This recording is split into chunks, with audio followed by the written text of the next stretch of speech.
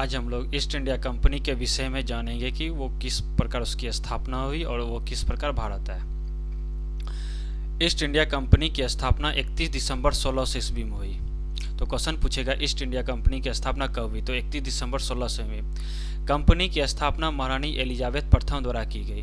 तो east India company की स्थापना किसके द्वारा की गई? महारानी एलिजाबेथ द्वारा की गई। किसकी अध्यक्षता में? तो लॉर्ड मेयर की अध्यक्षता में। कंपनी की स्थापना लॉर्ड मेयर की अध्यक्षता में की गई। कंपनी को भारत एवं पूर्वी देशों के साथ 15 वर्षों के लिए एकाधिकार व्यापार करने का एकाधिकार प्रदान। कंपनी को भारत एवं पूर्वी देशों के साथ व्यापार करने का एकाधिकार प्रदान किया गया। कंपनी की कुल पूंजी 30,133 पाउंड थी। कंपनी की कुल पूंजी कितनी थी? 30,133 पाउंड थी।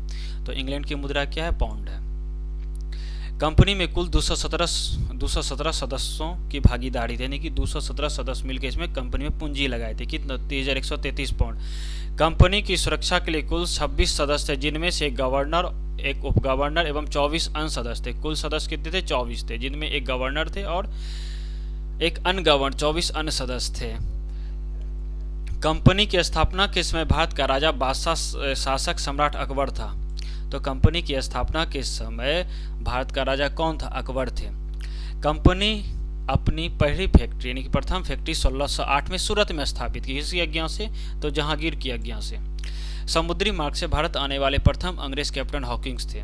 समुद्री मार्ग से भारत आने वाले प्रथम अंग्रेज कौन थे? कैप्टन हॉकिंस थे। समुद्री मार्ग से भारत आने वाले प्रथम अंग्रेज कैप्टन हॉकिंस थे।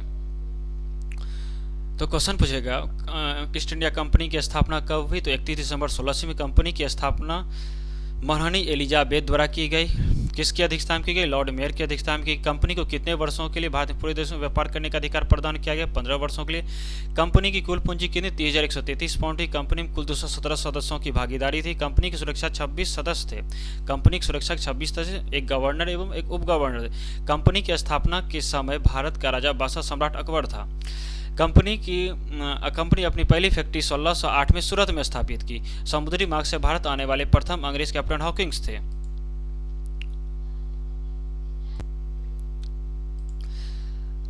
स्थल मार्ग से भारत आने वाले प्रथम अंग्रेज जॉन मिल्टन हॉल थे।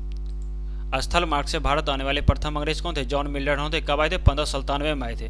भारत आने वाले प्रथम अंग्रेज जहाज का नाम हेक्टर था, जिसका नाम रेड ड्रैगन भी कहा जाता था। 1608 में कैप्टन हॉकिंस जो थे मुगल सम्राट जहांगीर के दरबार में पहुंचे।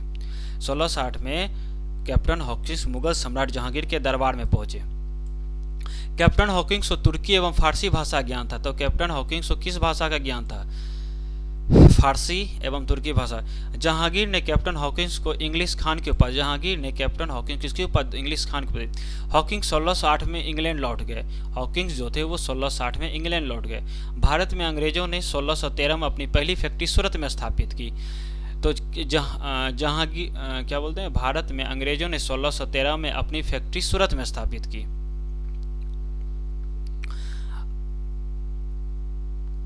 अंग्रेजों ने मद्रास की पट्टा चंद्रगिरी के शासक से प्राप्त किया। अंग्रेजों ने मद्रास का पट्टा किससे प्राप्त? चंद्रगिरी के शासक से प्राप्त किया।